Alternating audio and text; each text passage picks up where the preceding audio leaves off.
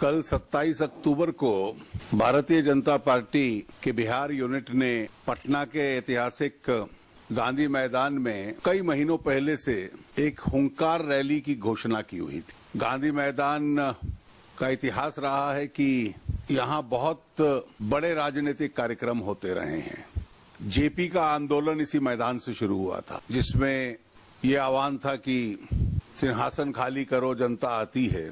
अन्य राजनीतिक दल भी बड़े कार्यक्रम करते रहे हैं। कल के कार्यक्रम में समस्त बीजेपी के बिहार के प्रमुख नेता, हमारे जो केंद्रीय नेता बिहार के हैं वो सब, और हमारे राष्ट्रीय अध्यक्ष माननीय राजनाथ जी, श्री नरेंद्र मोदी और मैं इसमें शामिल होने के लिए विशेष रूप से गए थे। हर दृष्टि से यह रैली बहुत सफल थी और संख्या, साइज, उत्साह की दृष्टि से देखें तो गांधी मैदान में जो आज तक ऐतिहासिक रैलियां हुई हैं उन सब की तुलना में भी ये बहुत बड़ी थी। इस रैली को बिहार बीजेपी की दृष्टि से, क्योंकि अगला चुनाव लोकसभा का 2014 का बिहार में भारतीय जनता पार्टी अपनी ताकत पे लड़ेगी, तो एक ऐतिहासिक क्षण माना जाता है, डिफाइनिंग मोमेंट।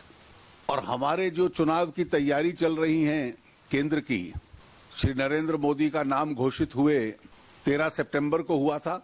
कल 44 दिन पूरे हुए हैं और एक बहुत बड़ा परिवर्तन इन 44 दिनों में देश के मिजाज में आया है।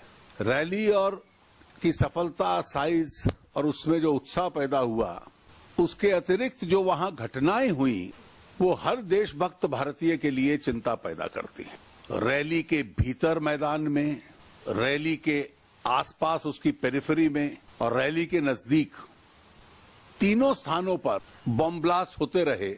भीड़ वहां से सुबह 7 बजे से ही जुट गई थी। भाषण सुबह 10 बजे से आरंभ हो गए थे और शायद इस देश का ऐसा अनुभव कभी नहीं आया।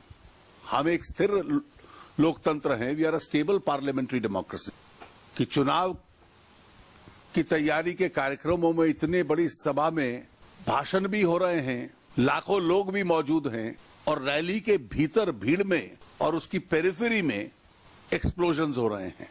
भारतीय जनता पार्टी ये जो षड्यंत्र था यहां बॉम्ब ब्लास्ट करने का, इसकी घोर निंदा करती है, इसके प्रति अपनी चिंता व्यक्त करती है और जिन मासूम लोगों की जान गई उनके प्रति अपनी सहानुभूति व्यक्त करती है। ये जितने ब्लास्ट हुए हैं ये इस दिशा में संकेत देते हैं कि आज भी इस देश में जो सिक्योरिटी एनवायरनमेंट है वो बहुत कमजोर है। We are still living in a very vulnerable security environment. और जब भी चाहें आतंकवादी देश के किसी कोने में डिस्टर्बेंस पैदा कर सकते हैं। और ये चिंताएं भी हैं कि हमारा लोकतंत्र एक खुला लोकतंत्र है, ओपन डेमोक्रेसी है, और हमारे लोकतंत्र में तो ये भी परंपरा है कि बड़े बड़े खुले कार्यक्रम होते हैं।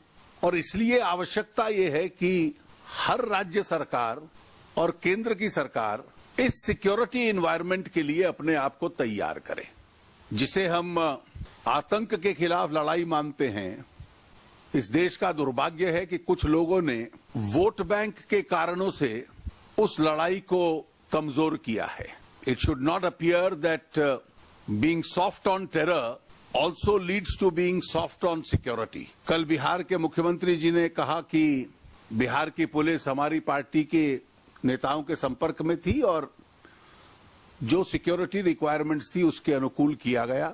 कोई इंटेलिजेंस अलर्ट नहीं था और कोई इंटेलिजेंस की जानकारी नहीं कि ऐसी घटना हो सकती।